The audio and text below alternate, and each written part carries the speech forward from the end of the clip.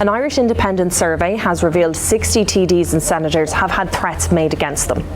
The survey of 218 politicians found that of the 67 who responded, 60 had received threats online or in person, and 52 of those had reported that threat to gardaí or sought the advice of gardaí.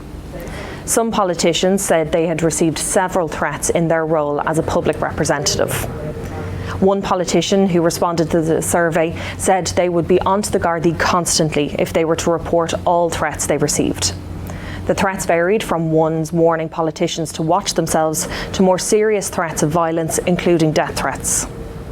The survey comes as Gardaí confirmed this week they are investigating online threats made against Taoiseach Simon Harris and his family, which reference knives, his wife and children, and the Wicklow Mountains.